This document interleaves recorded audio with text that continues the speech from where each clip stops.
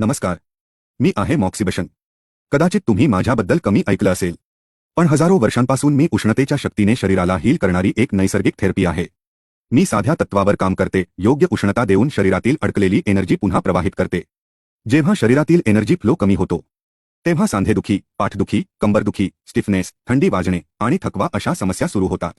इथेच माझं खरं काम सुरू होतं. मी विशेष मोक्सा वापरून शरीराच्या स्पेसिफिक पॉइंट्सवर उष्णता देते. ही उष्णता आतपर्यंत पोहोचून रक्तप्रवाह वाढवते, मसल्स रिलॅक्स करते आणि शरीरातील थंडपणा कमी करते.